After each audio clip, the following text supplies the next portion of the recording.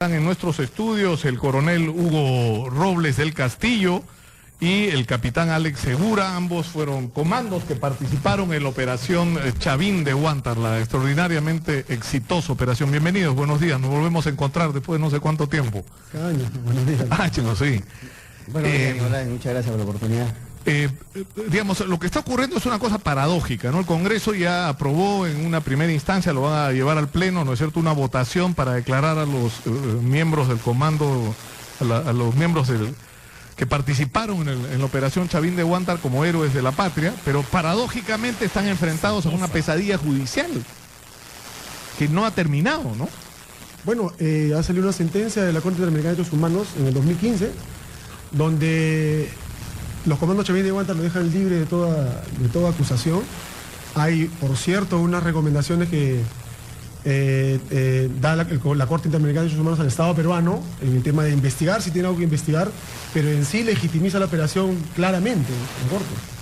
¿Y en qué quedó el tema de Tito? Porque sobre eso es que se ha dado vueltas y eso es lo que provocó, entre otras cosas, la declaración de ayer de Justiniano Apaza, ¿no?, congresista, ¿no?, de la República.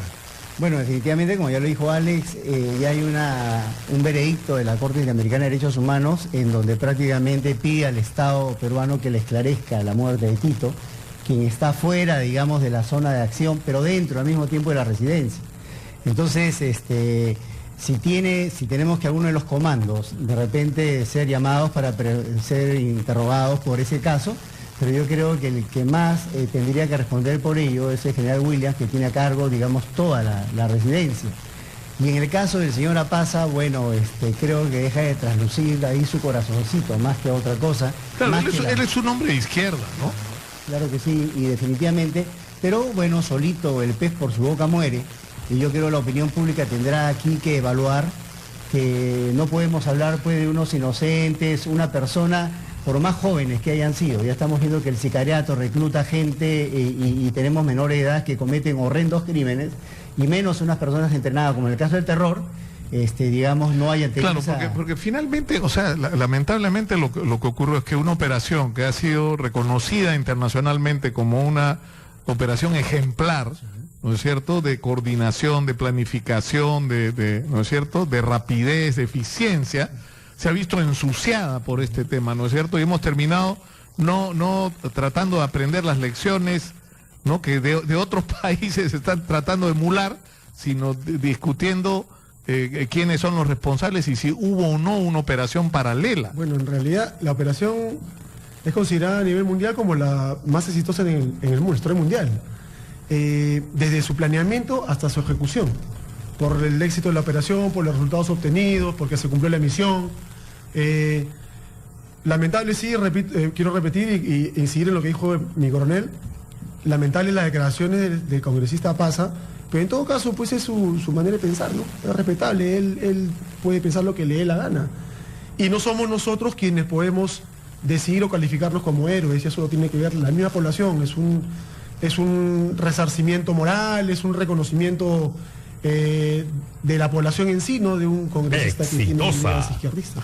Ahora, ocurrió para salir de este tema, y es decir, hay un problema con, digamos, lo que es el comportamiento heroico, ¿no es cierto? Es decir, un comando, y hubo testimonios en esos días, yo lo recuerdo perfectamente, las cartas de despedida que los comandos hacían, porque no sabían si iban a volver.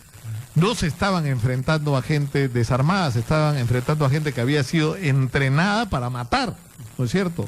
Eran comandos además que estaban dispuestos a morir ahí, ¿no? Y eso estaba absolutamente claro. Es decir, me refiero a la gente del MRTA, no eran, digamos, unos chicos a los que le habían dado unos fusiles, eran gente preparada para una situación como esta.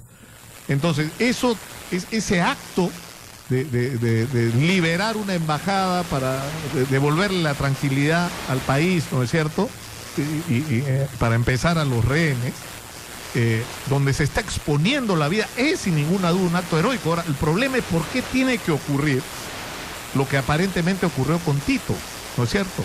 Ya no me acuerdo cómo era el nombre de este hombre. Es decir, ¿qué es lo que el recuento de los hechos que estuve revisando el día de ayer judicial? Este hombre, cuando se produce la operación, trata de hacerse pasar como rehén y escaparse. Y uno de los rehenes lo descubre, le dice, hey, este es uno de los emerretistas. Y 2 policías que estaban en la puerta, que no habían participado del operativo, lo detienen y lo entregan a un comando que lo lleva hacia adentro. En el camino, supuestamente se cruza con Hidetaka Ogura, que era el primer secretario de la embajada japonesa, que lo ve, y que además él dice que no tiene duda en el reconocimiento. ¿Por qué? Porque él era el delegado de los diplomáticos en el grupo de rehenes que conversaba con la gente del MRTA, ¿no? Y ahí aparece muerto Tito. Entonces, la pregunta es por qué ese asunto puntual no se esclareció inmediatamente y se determinó responsabilidad de saber quién fue y qué. Ahora, intentó fugarse y murió, alguien lo ejecutó, ¿no es cierto?, extrajudicialmente. El general Williams dice que él no tiene ningún reporte porque todo estaba centralizado en comunicación radial y él no tuvo reporte de ese hecho. Pero hay una cosa, Nicolás. ¿Quién es Hidetaka Ogura? Hidetaka Ogura es un funcionario de segundo nivel de la embajada japonesa que acusa a los comandos que ingresamos a la residencia de asesinar a este Tito mediante una carta escrita a miles de kilómetros de aquí desde el Japón, después de 5 años de haberse ejecutado la operación. Es el único rehén que dice que no hay ningún otro rehén que manifiesta, ni asegura, ni confirma la posición de Ogura, ni la acusación de Ogura. Ogura nunca ha venido acá al país a declarar. Nicolás, fíjate, para entender esto hay que saber frente a qué amenazas estamos. El perfil del terrorista, no acá, a nivel internacional, es uno. Y sabemos que por la historia y por los antecedentes, que el terrorista con el último hálito de vida hace estallar una granada, se inmola a él y mata a los que están a su alrededor. Ese es el perfil del terrorista. Si entendemos eso, vamos a comprender que Sánchez, Tito, Sánchez era el apellido, Eduardo Cruz Sánchez, ¿no? Él, por ejemplo, él no se ha rendido. Él estaba, dentro de su estrategia se estaba fugando. Fue identificado por un rehén y fue apresado y fue conducido nuevamente hacia el interior de la residencia. Nosotros, o sea, lo que pasa es que no hemos sido escrupulosos, porque ¿qué nos íbamos a imaginar? Que íbamos 4 años después a estar enfrentando un delito por homicidio calificado. O sea, de repente ahí no fuimos escrupulosos, pero yo recuerdo que la información fue que se le encontró a Tito con una granada. Entonces, ahora, Hidetaka Ogura estaba en el grupo de los japoneses, entre los 9 japoneses, que estaba en el cuarto H, que tenía el balcón hacia la calle, y no sé si ustedes se acuerdan que las cámaras lo enfocaban a los japoneses y ellos saludaban. Y fíjate, más o menos cuando nosotros nos informamos, nos dieron la información que los rehenes iban a abrir la puerta blindada. Entonces yo dije, ¿y estos están en el balcón? Entonces yo dije, también esas rejas que están en el balcón la tienen que abrir. Me puse a analizar las fotografías y efectivamente vi que había ahí una pequeña diferencia en alguna de ellas. Y lo llamo al capitán Huarcaya y le digo, mira Huarcaya, mira estas fotografías. Y me dice, mi comandante, ¿qué pasa? Le digo, bueno, fíjate, le digo, si están abriendo la puerta los rehenes, la puerta blindada, pues a mí también lo están abriendo, fíjate, están dando una señal. Yo no veo nada, me dice. Bueno, le digo, pero ¿y cuál es la idea? Le digo, si la idea es que ellos la abren, metemos una escalera y lo sacamos. Entonces, él me dice, no, pero yo no veo nada. Me puse mi uniforme de policía, fui a la embajada, tomamos las fotografías y regresé. Y lo llamé a Huarcaya y ya le di la orden que forme un equipo para que ingrese ahí con una escalera. Y ese es el comando que se cae.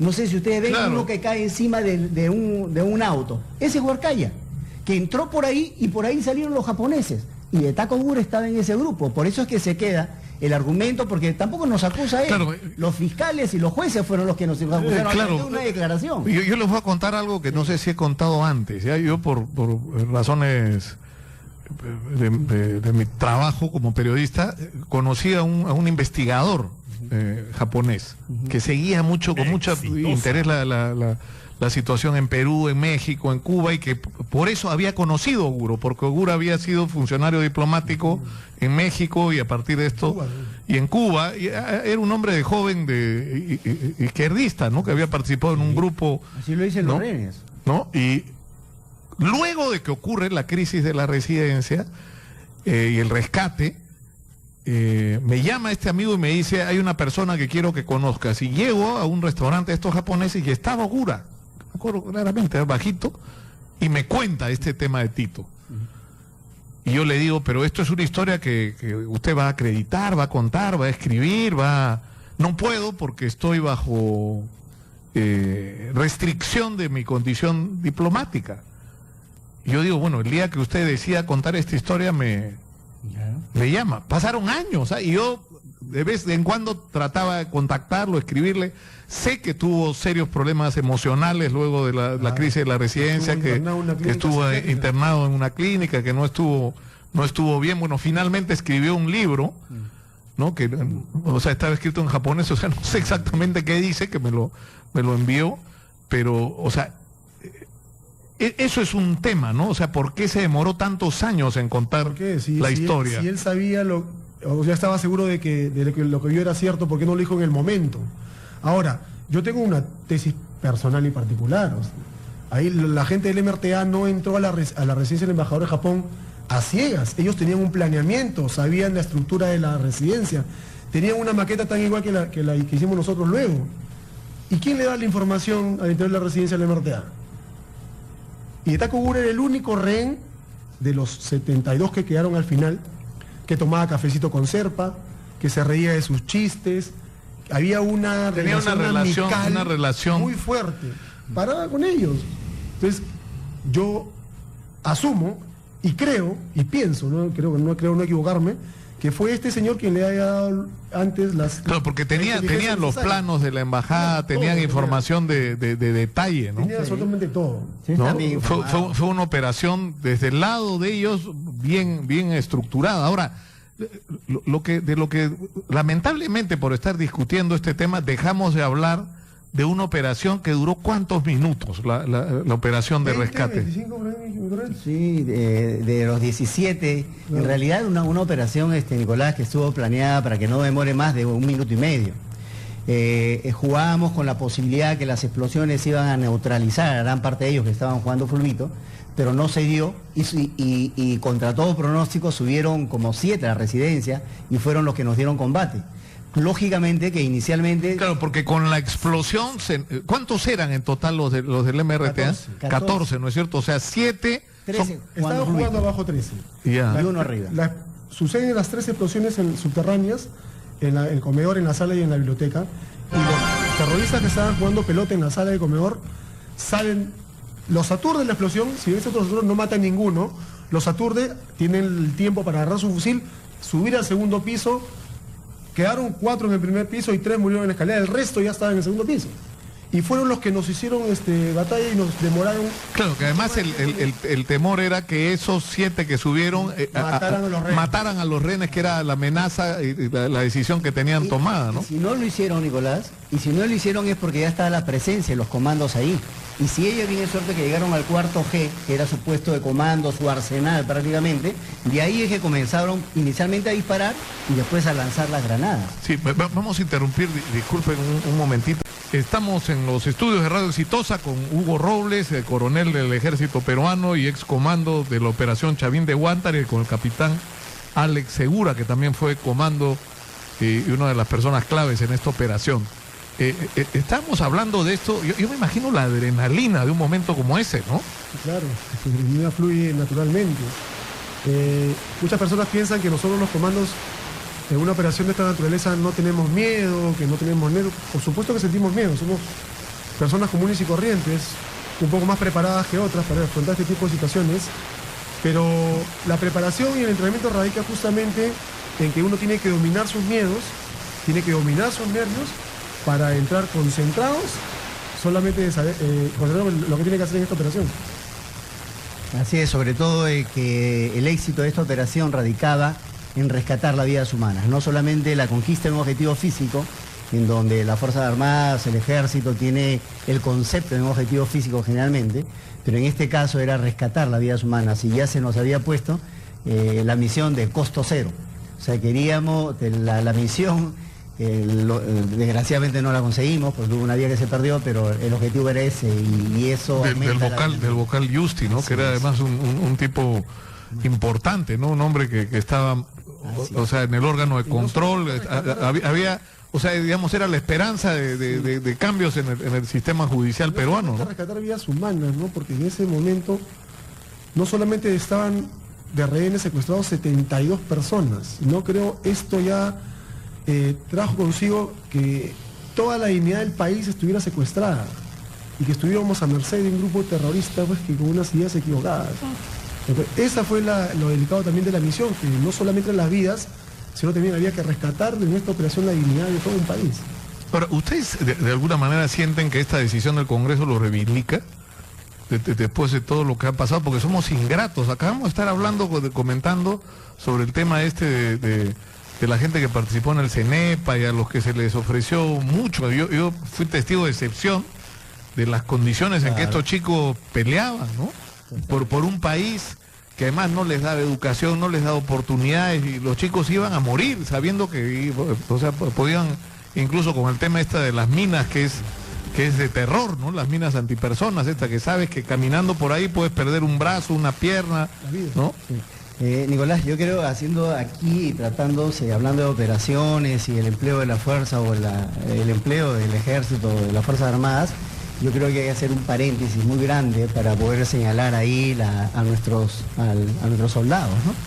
Que bueno, nosotros somos profesionales de la guerra, pero tú lo acabas de decir, cuando te refieres a estos chicos, la tropa, que es el pueblo uniformado que va a regalarle los mejores años de su vida al ejército, a defender la frontera, a defender conceptos de democracia, que a veces ni les entienden y que pasan 20 años y después están enjuiciados y metidos presos, como en el caso de la comarca, por señalar un ejemplo. Entonces sí, definitivamente que aquí hay toda una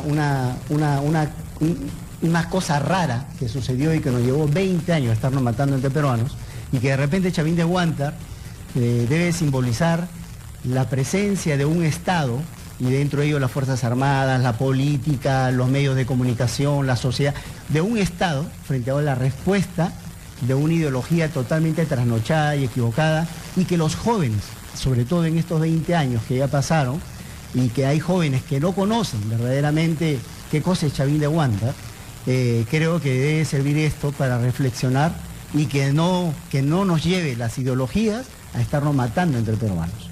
Entonces creo que en estos 20 años de reflexión, creo que podría ser un bonito mensaje eso para los jóvenes, toda una generación que no conoció y no ha vivido la violencia de 20 años en nuestro país.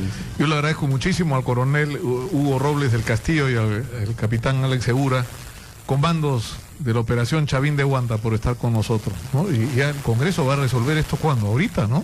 Sí, en principio debe el jueves al Pleno, y ojalá que el Congreso en su mayoría pues apruebe esta ley, ¿no? Ahora, esta operación en estos 20 años nos deja una serie de enseñanzas.